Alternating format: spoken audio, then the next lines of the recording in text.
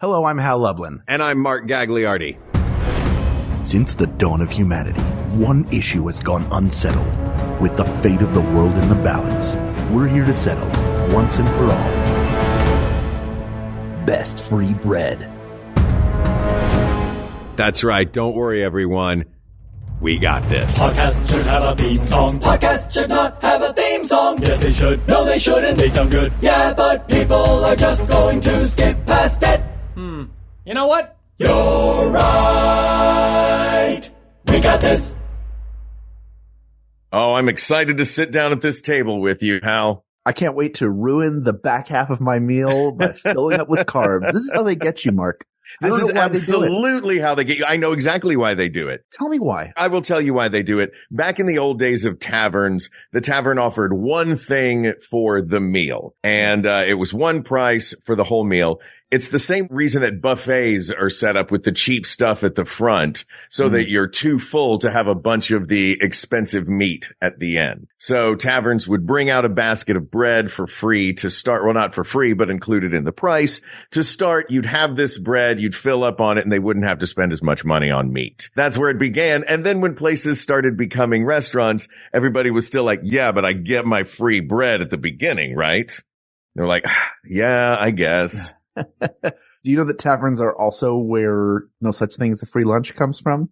They used to serve a meal to patrons, but in order to get the free meal, you had to buy like 3 drinks, 4 drinks, spend some certain amount on drinks. So the psychological trick, of course, being you think you're getting the meal for free, but it's not. You have to spend money on drinks to get it. So there's no such thing as a free lunch. There you go. There you go.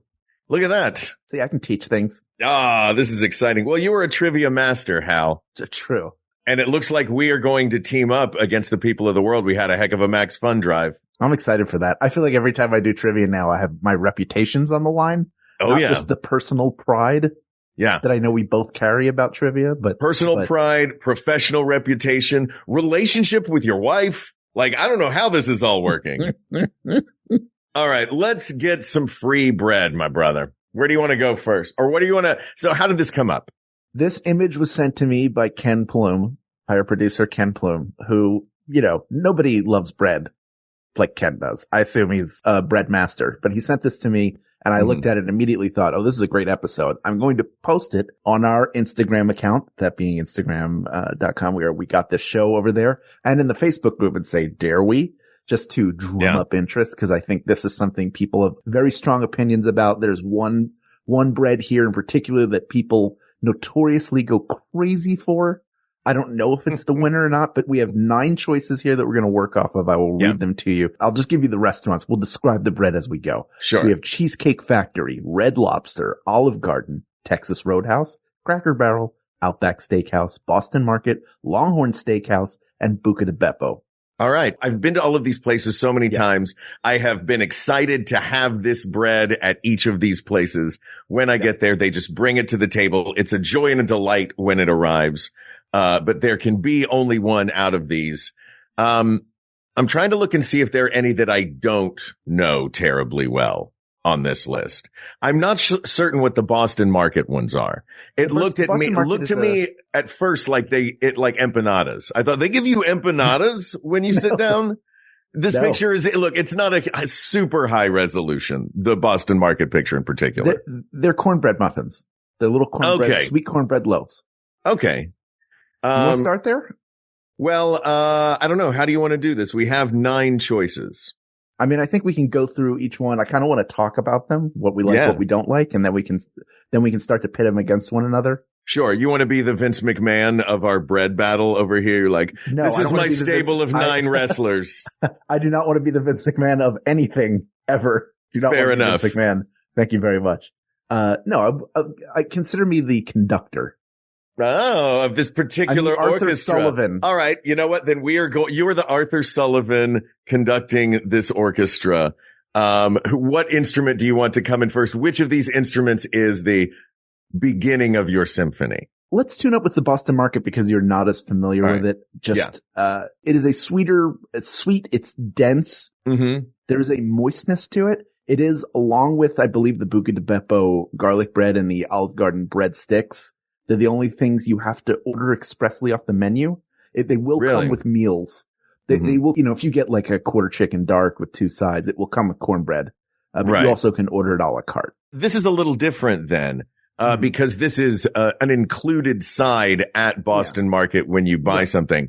Boston Market is not a sit down. It's free. Yes. It just comes with, it's an additional side. I don't know if I would consider this to be free bread necessarily. It comes with the meal. So technically it's free bread, just like the Olive Garden breadsticks. When you order a meal, it comes with the breadsticks, but you can also go there and hang on. I haven't been to Olive Garden in a long time. The breadsticks don't just come to your table? No. When you order a meal, you get breadsticks as part of it, and then they bring them out early. Because the cheat code of Olive Garden is not eating any of their trash pasta or meat dishes, but getting the unlimited soup, salad, and breadsticks. Yeah. Where they keep bringing the salad, you pick a soup, they keep bringing the soup, and they keep bringing you the breadsticks until you've had your fill. You decide when you're done. What's the maximum length of time you can sit there and eat free soup, salad, and breadsticks? That's a good question.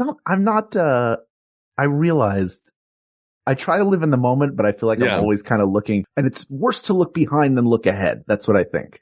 I think it's worse to look behind than look ahead. I do think I look ahead. Like there are things I'll be excited to do. Like, I'm excited to get the soup, salad, and breadsticks. Then it comes and you get full pretty quickly because the bread is, substantial, even though it's small. So it's the soup that's filling you up. It's the soup. Whatever has the most water. You're just filling yourself with water. Yeah. Yeah. And at a certain point I'm like, what's next? I'm kind of done here. Yeah. No, I get that. But then you have to try the pasta and meat dishes, or do you just go to another place altogether? No, I'm just done. And then it's the next part of my day. Yeah. Oh, I see. Oh, that was good. I'm full now. Oh, I just jump from meal to meal. My day is just jumping from meal to meal. You're a meal I go hopper. from lunch. Yeah. Lunch, I talk about where I'm going to eat dinner. Dinner, I talk about where I'm going to eat fourth meal. Yeah, that's a very Jewish family thing to do. It's always, we move from meal to meal. That is definitely, you're having breakfast. You're like, well, what are lunch and dinner going to be? And the food hasn't come yet. You haven't finished. And then now you're thinking and planning. I just got my coffee. Yeah. It's like you wake up going, all right, what's dinner going to be? What's breakfast, then dinner, then lunch? Yeah. No, I 100%. It's your wedding day. Still, it doesn't matter. I need to know so I can plan it out. Honey, you made the menu. You made the menu months ago. But I don't know what I'm going to pick. I need to decide what I'm getting off of the menu. Do you want me to just get you a little 3-section tray now? I wouldn't mind starting with that, and that'll help make decisions for later. Thank you. Wait, are you talking about the wedding?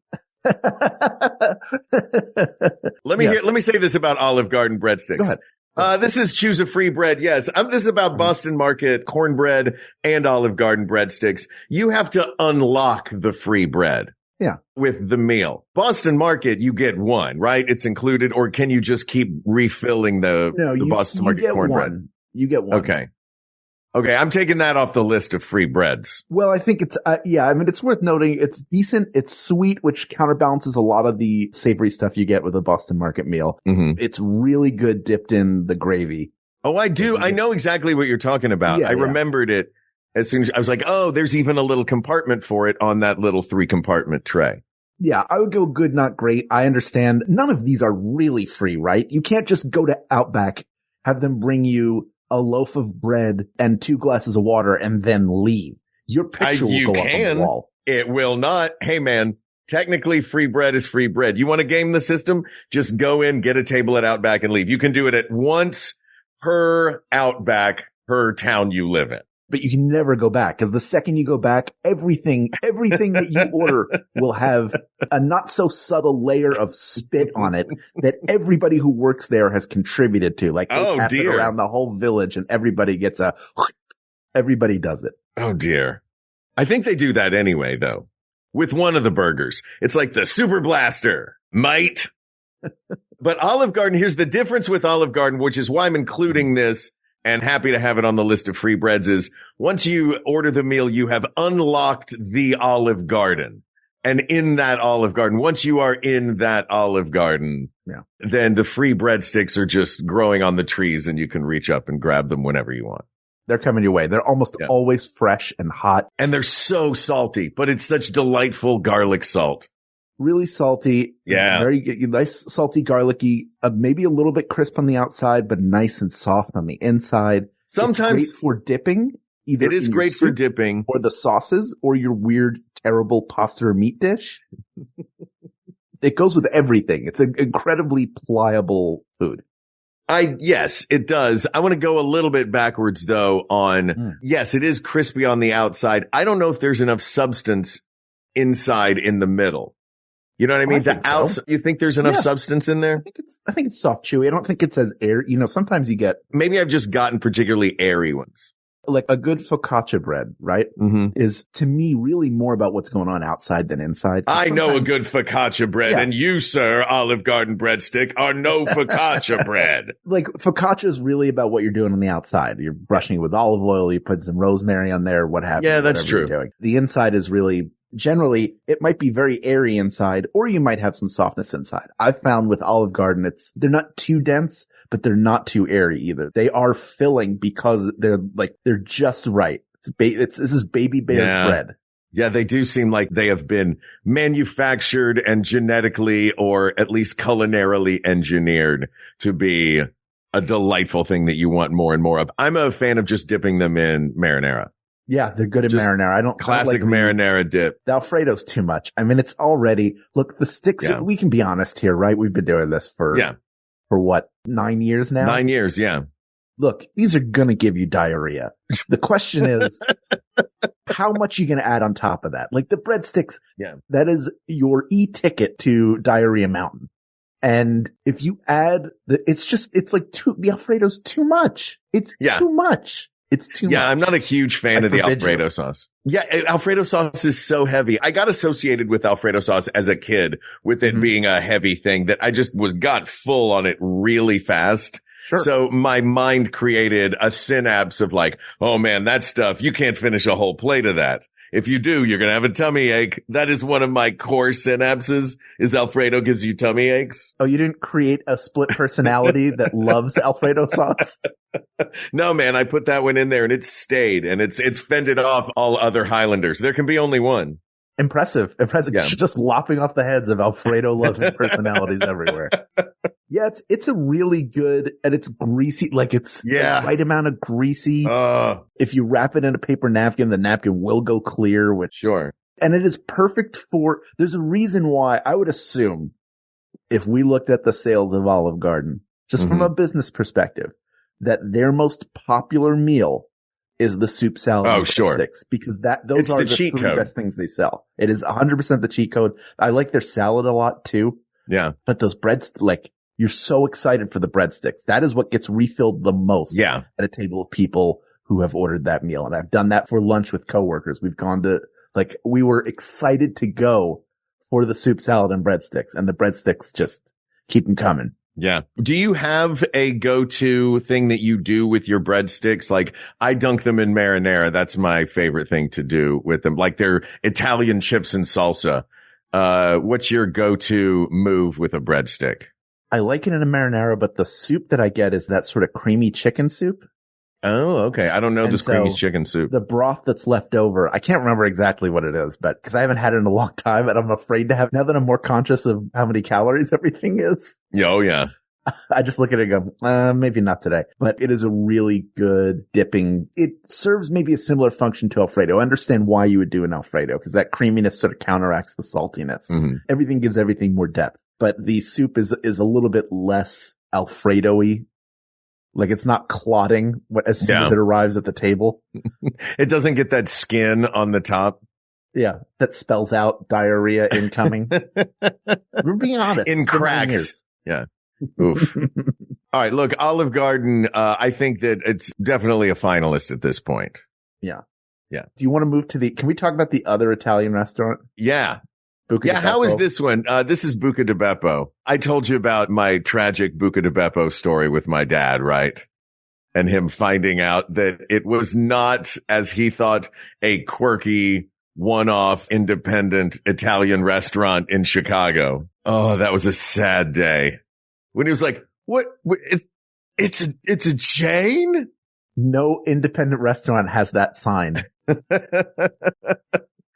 I love that sign. Come on. The neon, the boot of Italy in red and green and white neon. Get out of here with that. I love neon signs. Yeah. I love a neon sign, but I don't look at that and go like, oh, what a quaint mom and pop restaurant. Yeah. I go, that's got money behind it. That had a marketing team that came up with that sign. Oh, yeah. But can I tell you, this is a feeling I have. I'm curious what you think. Okay. You are Italian. Yeah. I'm an Italian lover, Mhm. food and of people. Yeah. I would put forth that Buca di Beppo doesn't make anything that's good. That all of it is not terrible. Why are you hating on the Italian restaurants? It's not terrible. Come on, man. Because I've Ettore had good Italian Boiardi. food. I've had good Italian. You know what? You'll come out here sometime. I'll take you. There is a place in a strip mall in Thousand Oaks Okay. that makes some of the best Italian food I've ever had. Dude, Italian food in strip malls is pretty darn good in LA. Andre's on the west side. Mhm. I remember them being just like a guy that grew up here was like, oh yeah, this is our version of Italian food. This is what we like. It's Yeah. like, this is great. Cafeteria style. I want to go to, what is this strip mall place? I can't remember the name of it. I'll look it up and we'll go. All right. We'll go. But I don't think Buca di Beppo, a lot of chains don't get it right because it has to be standardized. And I think there's something to, it seems like it's a very personal food in how you cook it. You have a specific Mhm. way that you do it and it's different for everybody. And those different touches that cooks will put on it is what gives it its unique flavor at each place. This place, they're just sort of mass producing their, but Italian Yeah. food. Yeah, but you don't think that because of the decor of the place. Yeah. And you can You eat know. in the kitchen like it's Goodfellas. Oh, I love eating at that kitchen table. Yeah. Give me everything happens at the kitchen table, right? Uh-huh. I feel like you should be sitting there doing the family's budget if you're at the kitchen table. You're like, look, we're not out at a restaurant now. We're at the kitchen table. So, sorry, kids, you have to watch the grown-ups, figure out our taxes. Or an 8-year-old who can barely see over the top of the table Yeah. with a pencil that's like sticking 8 feet out of their hand doing their homework. And it's the super wide pencil, which Yeah. by the way is the pencil I grabbed. This is a regular size pencil. I got like some, my Hey. first pencils one time because I wanted the sharpener in the thing. So it's fun every time I pick up the giant pencil. I like that. Anyway, the bread at Buca di Beppo, does it come out before the meal? I don't know Yeah. why I'm stuck on this technicality, but Yeah. it's I'm just going to sit down and they're like, here, let me break bread with you. It's hospitality, you know? I can't remember if this is something you have to order because I think it's garlic bread. So it's, they bring out like a jughead sized loaf of it. Yeah. That's See, it's got cheese and garlic on it. It's like everything at Buca di Beppo. It's just too much. Is that what Buca di Beppo means in Italian? Just too much? yes. Yeah. It just means, Buca di Beppo. Buca's just and Beppo is much. Come on, guys. That's Beppo. It's a little Beppo. Their slogan is, so you like Italian food, huh? I like Buca di Beppo's Italian food. I like the vibe in a Buca di Beppo more than anything. I like the fact that it's all served family style. The first time I got it, it was very different. The garlic bread. It was like a deep dish pizza. It came out flat like a deep dish pizza. It was cut like a pizza and it had full slices of shaved garlic on top. That was it. Yes. It used to look like that. So I'm looking at Buca di Beppo through the years. Maybe my dad was right. Maybe we did go to a independent Italian one that they're like, no, this is a Buca di Beppo. And you're like, the whole menu's all different. You can just do that. You can just, yeah. We're different. Yeah. So I remember it being different than this, so this one to me, I don't know as much about, but I do like garlic bread. I think though, if we're going to talk Italian garlic breads, Italian in air quotes, garlic breads that are going to go through to the finals, I don't think this one's going to beat Olive Garden's breadsticks. No, I don't think so either. I think it's too much I think a good garlic bread has like a minced garlic on it. Like that's the largest amount of garlic in terms of individual pieces that you want. It so processed. You want your garlic super processed and concentrated. Yeah, ideally you've got like a garlic compound butter that you're using to butter the bread, and that's where the garlic is coming from. Otherwise, it's just too much. Look, I'll get my garlic from any source. And you said, and that's too much. Well, fair. ... Too much. That's ... too much. I don't know why I saw that in Looney Tunes font. Buca di Beppo will tell you when you're full. Get out of here, Olive Garden Alfredo sauce. We'll handle the full bellies over here. Can I tell you another one on this list I don't like? Sure. I don't like Cheesecake Factory bread. You don't like that dark pumpernickel? Is it pumpernickel? Why is it so dark? Pumpernickel, like is it honey? Like rye. Yeah. I have no problem with the actual, but the bread is fine. Maybe a little dry. Outback does it better. But yeah, Outback does do the same bread. I can't stand those little pieces of uncooked oatmeal they put on top of the loaves. Like it's supposed to be that's not multi-grain Cheesecake Factory. Like just be who you are. Your menu is a telephone book. You serve 8 million kinds of cheesecake. Everything you serve comes on a plate the size of a surfboard. Why are we putting oatmeal on top of a little loaf of bread? Because technically it becomes multigrain. Technically you can say multigrain loaf. They're like, well, even if it is just sprayed and glued on, now it's multigrains. Technically multiple grains. Yeah, the whole loaf is wheat. There's an oat on top. Oat dust on top counts. They attach it with beef tallow. It's just not. It's not good. It's not good. Look, I will stand by your side on this one. I will stand by your side on this one because here's the thing. I love Outback's version of this. I do too. Comes out on the board. It's got that honey butter. Yeah. Yeah. The like I see Honey Butter's Texas Roadhouse. Oh, Texas Roadhouse is the honey butter? They have the rolls with the honey butter. I thought the Outback's it was whipped butter at least. It is a whipped butter. Yes, that is true. Okay. I guess that for some reason in my brain, whipped butter equals they also did something to it. They honeyed it. If you're going to take the time to whip it, you're going to take the time to honey it, right? They did something to this. Yeah, they did something to, I don't feel so good. It's a really good bread. It's always served warm. The butter melts on it. The butter works with it. It's not one where you have to like necessarily load it all the way up with butter to even be like, "Oh, this is good." Yeah. No, it's a little bit sweet. It's a little bit caramely. Yeah. It's got a sponginess to it that's nice. Yeah. It's definitely a top one. Yeah. Yeah, that's a really good one. You know what else it did? I think it was early on in the game of serving things on the cutting board. Because when I was a kid, the cutting board came to the table with the bread on it and the knife and the thing was like, oh, it's on a cutting board. That's a unique presentation. Yeah. Well, this is definitely one that's garnering more consideration. But while we're breaking bread, why don't we take a break? And then we will come back and we will go through the final 4 entries on this image. They're not the final 4 for the episode. They're just the 4 we haven't talked about yet. That's coming up right after this. All right. We'll be right back. Hello, teachers and faculty. This is Janet Varney. I'm here to remind you that listening to my podcast, The JV Club with Janet Varney, is part of the curriculum for the school year. Learning about the teenage years of such guests as Allison Brie, Vicki Peterson, John Hodgman, and so many more is a valuable and enriching experience. One you have no choice but to embrace because, yes, listening is mandatory. The JV Club with Janet Varney is available every Thursday on Maximum Fun or wherever you get your podcasts. Thank you. And remember, no running in the halls. If you need a laugh and you're on the go, try STOPPODCASTI. Were you trying to put the name of the podcast there? Yeah, I'm trying to spell it, but it's tricky. Let me give it a try. Okay. If you need a laugh and you're on the go, call STOPPPAD. It'll never fit. No, it will. Let me try. If you need a laugh and you're on the go, try STOPPPTCOO. We are so close. Stop podcasting yourself. A podcast from MaximumFun.org. If you need a laugh and you're on the go. All right, we're back. You want to do the 2 steakhouses? You want to talk about those? Yeah, let's go steakhouse versus steakhouse. Or steakhouse versus roadhouse, I should say.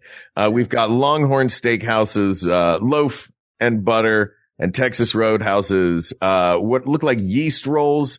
And I am told from Ken Plume, it is a cinnamon honey butter that they're serving. The butter really, I mean, the rolls are good at Texas Roadhouse. The butter brushed on top. You can see that just from the image. They're soft. They taste good. Yeast rolls there's nothing bad to say about a yeast roll. And the smell is great. It smells like a bakery. Yeast rolls, I'm always excited when they're on a restaurant's, freebie list. If you dare eat it without that butter, you should be removed from the restaurant because you clearly don't know how food works. Come on. That butter is, and maybe this is why it's not, maybe this is why it's not a finalist. We're talking Texas Roadhouse? Yeah. The bread is great. It's a fine roll. Nothing super special about it. It's the butter is what you talk about with the roll. Like you have to, if you're taking someone there for the first time and they enjoy rolls and they take one, you have to try it just try it. Yeah. If you don't at least try it, something is wrong. Yeah. Look, can the butter drag the Texas Roadhouse roll to the finals with it?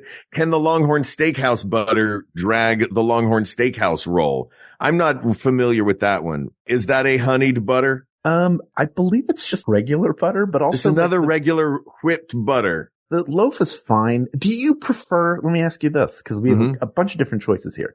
Do you prefer a loaf that you have to cut the pieces yourself? Or do you like individual rolls where you can make like a little butter sandwich with that? That's tough. What you do, right? Yeah, of course you make a butter sandwich. And if they're warm, you gotta have the butter, you have to have the type of butter to the type of bread correct. Yeah. Like if you're giving me a Texas Roadhouse burger, the scoop is fine. If you're giving me the Longhorn Steakhouse version, well, either way, whipped is okay. Yeah. But the butter sandwich comes when it's that little cold brick and you break open a roll and you just put the little cold brick inside, foil on or off. You just got to warm up the butter for a second. Yeah, it's a necessity. Then I can make the butter sandwich. You know the butter softening trick, right? You take your warm plate of bread and you put it on top of the butter and that softens it. You put it on top of the wrapped butter pat and then you take it out and it's soft. The whole plate? Yeah, you sit it on top. Why do I feel like that's in my memory somewhere that I was like, wait, what? And I've done that in the past. Doesn't it make the plate wobble? I mean, you're not touching the plate for a little while. It's precarious. I would say it's not, it's not holding it. You're not putting it like vertical so it's like trying to sit it on top of a book that's standing up. Yeah. My luck, I would have set it vertical and then the server would come by and put like a prime rib on the plate. Flip the whole thing over. You always sit in a series of chairs stacked on each other by one leg. Well, sure. Of course I do. And I have that really, really tall table and I'm a black and white photograph on a door of a Buca de Beppo's. How quirky this place is. Look at these photos from that one time in the early 20th century when everybody was apparently just sitting on stacks of things to set records. Like somebody realized at some point, like what a record was. And then everybody said, well, I'm sitting on 800 pillows and trying to eat this peach. Yeah. It's not about breaking a record. It's about coming up with an idea for what a record could be. Yeah, there's a very weird culture around that. People who, it's still happening today, people who set very odd records. Well, here's the thing that I've learned from a friend of mine who was setting the record for finishing a Rubik's Cube while on fire. He came up with that notion. There wasn't a record for that, but Guinness was like, okay, we'll have our people figure out what the record you have to break is. The fictional record that doesn't exist. What would be considered record breaking? So there's a group of people at Guinness who go, right, mate, we've got to figure out exactly how much of it you got. 45 seconds. You got to do it to break that. Yeah, 45 seconds. No, 42 sounds reasonable. All right, 42 seconds to break the finishing a Rubik's Cube while on fire. So there is a team that comes up with that. I hope that record is way under 45 seconds because that is a very long time. Doesn't seem like that is a long time to be on fire. You look at it as just a measurement of time in a life, but you look at it as the amount of time spent on fire. It's a Buca de Beppo amount of time to spend on fire. Just too much. That's now the official unit of measurement for just too much. Yeah. And also whipped butter. Yeah. If you take the Texas Roadhouse, I'll still do the same thing, which is, you put it on the edge, but you want it to sort of melt into there. So you have to do it with the pat of butter, the cold pat of butter to soften it, and then you spread it. But you're talking about the Longhorn or the Roadhouse? Roadhouse. It has to be Roadhouse because you get a roll there. The Longhorn. Yeah, it's the rolls. I like the individual rolls, and here's why. It has nothing to do with germs and everything to do with most people don't know how to cut bread. So the bread starts collapsing. They're not cutting the pieces evenly enough. Very few of us are expert bread slicers, and I am among the amateurs. I try to be really good at it. I go with the super fast sawing technique. Yeah, yeah. That's with the top, Outback. no I pressure. do this no pressure, super fast sawing. Then you get one good one all the way through. But that's with the Outback. It's funny. I keep thinking about Longhorn Steakhouse and my brain keeps going. The Outback is the superior version of a large loaf. Correct. I'll put Longhorn Steakhouse and Cheesecake Factory out of the running because Outback's so good. Texas Roadhouse is the only proper yeast roll with its own whipped butter going in. And it's really the butter. I know, but that's the thing. Can the butter carry it through to the final? All right. Well, I guess we'll let it sit for now. That's right. Something bothers me about that, but Yeah. I'm also okay with it at the same time. It's that good. That butter is really good. You want to go to Cracker Barrel? Yeah, let's go to the biscuits because it feels like these are Okay. becoming little mini battles within. They are. Loaf-sized, Italian, because it's the last two that we've got to talk about, Red Lobster and Cracker Barrel. Yeah. The Cheddar Bay biscuits and the regular biscuits at Cracker Barrel. Which of these two would you like to talk about first? Let's go to Cracker Barrel because it's been a while since I've been in a general store that smells like offensive cinnamon. How can cinnamon be offensive?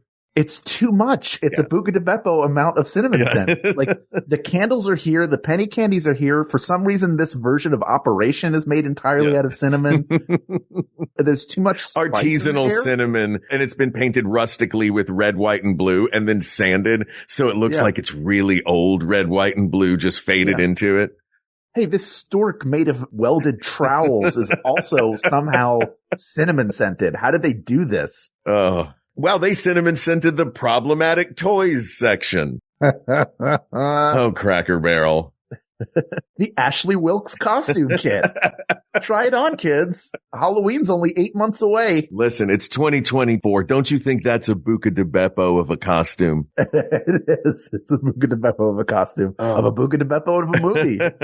Too much. Yeah, I like the Cracker Barrel biscuits. Again, they're one that I don't think comes right to the table. I think you have to order something and it comes, right? Yes. Yeah. I think that's They're the dry, split. right? That is, Aren't they real dry? I don't know. I don't think of them as a really dry biscuit. And I don't ever think of them. I never think of them, period. When I saw them on this No? image, I was like, oh, that's right. They do have bread. Oh, come on. Why are you disrespecting the humble biscuit? Because a lot of times if I'm going there, I'm getting something like pancakes. So I'm not going to also get. Ah, And also I feel like these biscuits, buttermilk biscuits, are some of the hardest ones to get right. And the places that do it, yeah. you remember it and go, oh, this is so good. And people will tell you when you go to this restaurant, you have to get the buttermilk biscuits. I think it's the Bluebird. Is it the Bluebird Motel? There's a motel in Nashville. There's a very famous, I'm remembering it wrong, a very famous diner. And that diner has maybe some of the best buttermilk biscuits I've ever had. And they are gigantic. I would love to try these. The buttermilk biscuit in Nashville that I'm thinking of is the one at the building with the Dolly Parton bar on the roof. Mm-hmm. I mean, how great is this building? There's a Dolly Parton bar on the roof and a coffee bar that has the best biscuits in the neighborhood on the first floor. Of course. In the room of vintage couches. You're like, come on, this place. This place is great. Good job, Nashville. Yeah, I don't think it's going to be the Cracker Barrel biscuit. I think it does take a lot to get biscuits right. And I do remember them being inconsistent at times. Every once in a while, like there'll be a recall or something and something at a restaurant that you've been to a bunch. You're like, this detail is not what it usually is. And then you go back again and you're like, okay, it's back to normal. Right. But sometimes you're like, hang on, somewhere in the supply chain, this biscuit went off the rails. Yeah. Or they got like when Genghis Cohen got a new chef or new owners, and it's like the same menu, but it's some of it's the same, but a lot of it is not as good. And Ben Acker will tell you. Oh, yeah. Yeah. It's not like it used to be. You know what it is? For me, it's garnishes, because there was a restaurant I used to work at. The chef changed, and the only thing that the chef changed was the garnish on the clam chowder.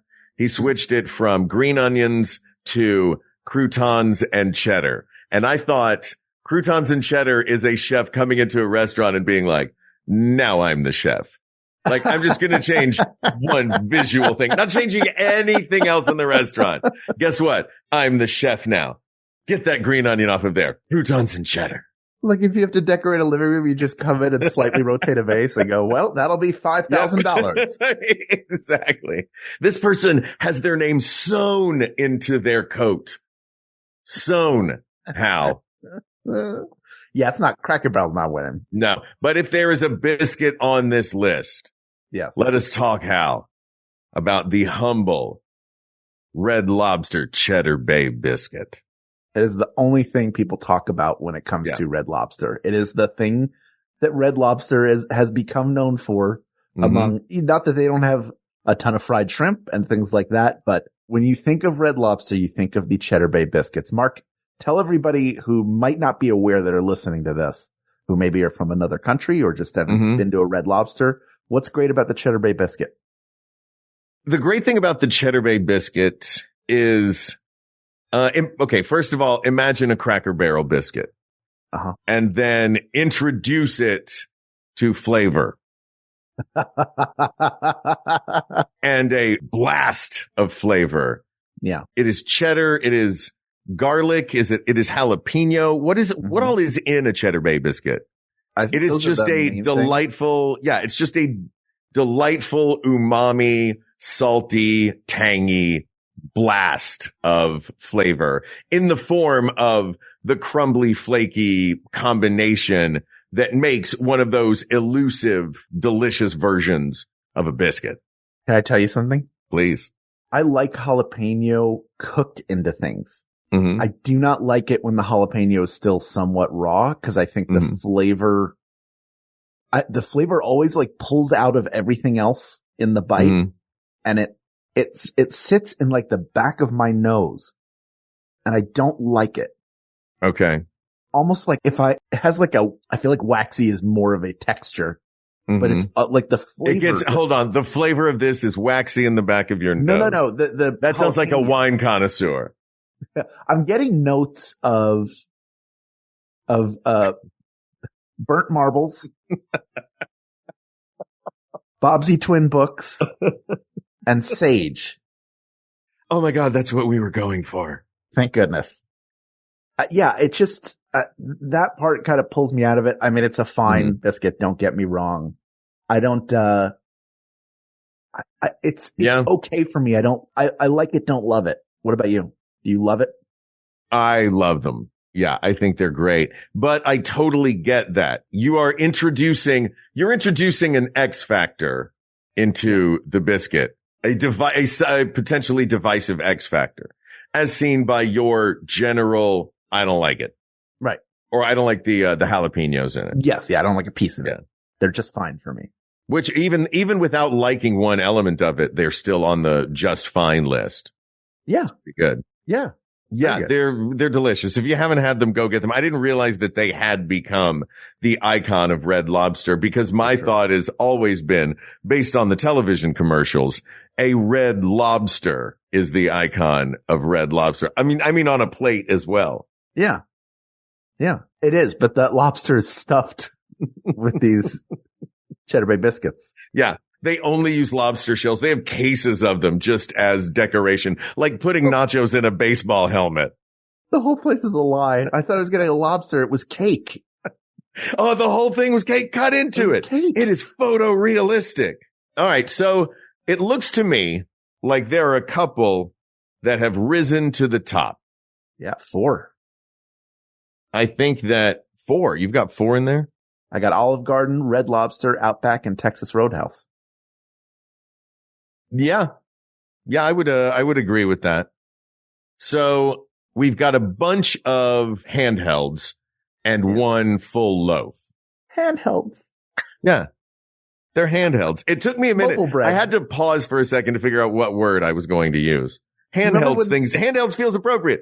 Come on. It's a handheld. You're not going to pick up the whole loaf. When you had to have them installed in your car, you couldn't take them out, but now you can just take your bread with you everywhere. Oh yeah. You used to have that bread brick between the 2 seats. Yeah. That was somehow plugged into the battery. I don't know where it was. I couldn't tell either. Yeah. Yeah. And it was really loud bread. Weirdly loud. My dad had one of those phones because of course he did. And and there was an early version of one that had voice recognition, but it didn't really work well. So he'd be we'd be driving and he'd be like, call David, call David, call David. But for like a who's on first amount of time, he would be trying to get this phone to call David. And the time it would have taken any of us to go, what's the number? I'll dial it for you. He was so excited to use this technology. David, call David. No, call David. Oh my God. The software was like, I don't know what you want. What are you trying to tell me? I don't get it. Oh, God. Do you want me to call the hospital? Yes, call the hospital. I just ate at Buca de Beppo and it was too much. I don't know where it is. Let me call David real quick and get directions. Oh God, call David. No. Call David. Did you say call Maven? All right. We're pitting the 3 handhelds versus the full loaf. I like going a 3-on-1 battle. Oh boy. Does the Outback withstand the onslaught? I think it does. I think it's got that sweetness to it. Sweet and savory. The butter complements it, but I think you could enjoy it without the butter and be just fine. Yeah. Although you might does it knock out all 3 of the ones doing battle of the handhelds, which they've now deemed themselves in this particular battle? They've deemed themselves the handhelds. The 3 all attack the Outback. Does the tattoo look like 3 hands making like their gang tattoo is like 3 hands shaking? Yeah. Like a 3-way handshake? Exactly. Okay. Knotted together in the style of each of their handhelds. Sure, of course. Ugh. So between the Texas Roadhouse, Red Lobster, and Olive Garden versus Outback, does it eventually become a 1-on-1 battle? I think it does. Do you? I think it does. I think Red Lobster Cheddar Bay biscuits and Texas Roadhouse yeast rolls with cinnamon butter, they fight valiantly, but I think Outback knocks them out. Okay. Or is this of sheer ubiquity? You think Outback and Olive Garden? I think Outback and Olive Garden. What do you think? I agree with you. I think Texas Roadhouse is a good experience of free bread overall. The bread itself is not really anything special. It's well made, sure. But that's all of these breads except for the Buca de Beppo are constructed pretty well. And that dumb Cheesecake Factory oatmeal fiasco. Technically multigrain. Yes, the 2 grains. That's multi. The man with 2 grains. Yeah. I think that Olive Garden, the breadsticks are so good, but they made a meal around them. Yeah, this is a tough battle. It's the Olive Garden's portability. For me, I think Olive Garden wins on flavor and portability. Yes. I think Outback wins on... It's not like the Outback loaf is that big. You can carry it. I don't mean, yes, you can technically carry it. I'm not going to pick it up and bite it. I am going to pick up a breadstick and bite it. I might, next time we go to Outback, I might do that now. Just pick up the loaf and start biting. Just take a bite out of it. Hey, I've eaten a turkey leg sitting on the curb at Disneyland. I'll do anything. I've eaten a pie in a shower. Are you challenging me to pick up a loaf of Outback bread and just bite into it? And not even with 2 hands like a sandwich, just like one like it's a pickle or a breadstick? Exactly. Yeah. You have to eat it like it's an apple, which means you have to pick it up, look at it in the sun, take a big bite, and then nod and smile. Yeah. Hey, Jennifer, would I pick up a loaf of Outback Steakhouse bread and just bite into it? Yeah. Oh, she said I would do it for a joke. Yeah. I'm dead serious, you will Mark. do anything for a joke. How everybody lovely. Listening, I'm dead serious. I love attention. I love people laughing at me. That is true. I would do it for a joke. But also, I would do it to prove a point. And that's slightly different. It's still seeking attention. All right. Is that point that you are trying to prove that it's handheld? Sorry, she's asking me questions now. She said I would do it. Yeah. So do you think the Outback presentation as well, not just the handheldedness? I love the picture. It's swaddled in a green napkin, which is how it arrives, to be fair, is how it arrived. So it looks like either like if Mother Teresa was turned into, if this is like the Everything Everywhere All at Once universe where people are breadsticks and that's Mother Teresa or Robin Hood, or like it's the baby Moses who's about to be sent down the river. It also, like, I feel like this is one of those things you have to set $1 next to so you know how big it is. You will have a better life, breadsticks. Let me put this dollar next to you to make sure that you're actually mine. Let me get the calipers out. Because to me, it looks like a bunch of hot dogs wrapped up in a towel. Or like a G.I. Joe missile command, like the Wolverine.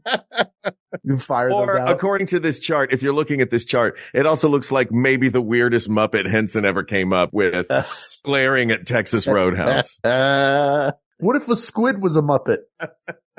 But they're so good. They are. They win on flavor and texture. Outback wins on presentation and that butter. Yeah, but do you eat presentation? Yeah, but not as much as I eat unlimited breadsticks. They say you eat with your eyes as much as I think I would argue that point. I think you get hungry with your eyes because you see something and you think about what it's going to taste like. Mm-hmm. And the flavor is way more important than if you want to bring me Olive Garden breadsticks in a trash bag, I will say thank you. And I will fish in there first to make sure that it's only breadsticks, so you're not trying to pull a fast one on me and sneak some Buca de Beppo in Hal there. traps. Oh, yeah, no, you don't want to go too much. Yeah, that is a good Hal trap. You just lay some breadsticks in a trash bag, and I'll go in there. Then you wrap up the trash bag, throw me over, and off to Baba Yaga's hut I go. Wait, it's not attached to a tree? You don't just, somebody yanks on a cord? I just dive into it. You don't have to get that sophisticated. Just put some in there. You can literally put a bag with a rope coming off of it going behind a tree. I shouldn't be giving this information out. No, you probably shouldn't. To the tens of listeners who enjoy our show every week. I think it's the Olive Garden breadsticks. Yeah. I think that there are certainly a lot on here that anybody would pick. And I think the great thing about free bread is the one that you love is your ride or die. Like you are way into them and they're number one. There's nothing we can pick that will satisfy everybody, but that's also not the purpose of what we do. Our purpose is to get to what we believe the truth to be, which then becomes everybody else's truth. Yeah. Because they listen to the show and it's actually the truth. Yeah. Yes. Oh, I'm sorry. I didn't mean to cut you off. That's fine. I wasn't saying anything important. Something about a contract? Wait a minute. Yeah. Were you doing, what was the legal? Wait, what? Wait, how? Don't worry about it. All right. Hey, you're really good at guitar now. Isn't that what you wanted? Yeah. Good.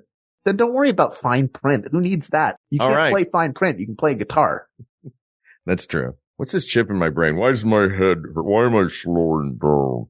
While Mark's powering down people of the world, there is one bread on this list that is its own meal that commands the salad and soup to stand behind it, as did the warring tribes in Lawrence of Arabia. The T.E. Lawrence of breads is the Olive Garden breadsticks. Problematic? Yes. Yes, problematic. Very long? Yes, the movie's very long. Did I just watch it? So I'm throwing a reference in there? Yes, I want you to know I'm cultured and that I've seen that movie. And now I've given you proof of that. It is the fact that people have built, that they are so in demand and they are so loved that they built a meal around it is mind-boggling to me and is proof of what we already knew, which is that it is the best free bread. It's not the best because it has a meal built around it. It has a meal built around it because it is the best. Asked and answered. Ooh, well put, sir. Thank you. This topic, I don't know what I was pointing at. I don't know. You were on my screen. What I'm looking at is you're pointing at me, but your hand went off the screen, so it really looked like you were poking me. Like I get it. I believe you. I have a cursor. You know how your cursor turns into like a glove, the pointing. Mine's right over my nose right now, so it looks like it's going. Do you set it like that on purpose? I didn't. It was just luck. Oh. You're going to have a good day. It's the Olive Garden asked and answered. This topic is closed, but there are many more topics to discuss. So please reach out to us via our email address at wegotThisPodcast@gmail.com, or you can follow us on Instagram. We're there. It's a burgeoning community. We're trying to grow it. We are at We Got This Show on there.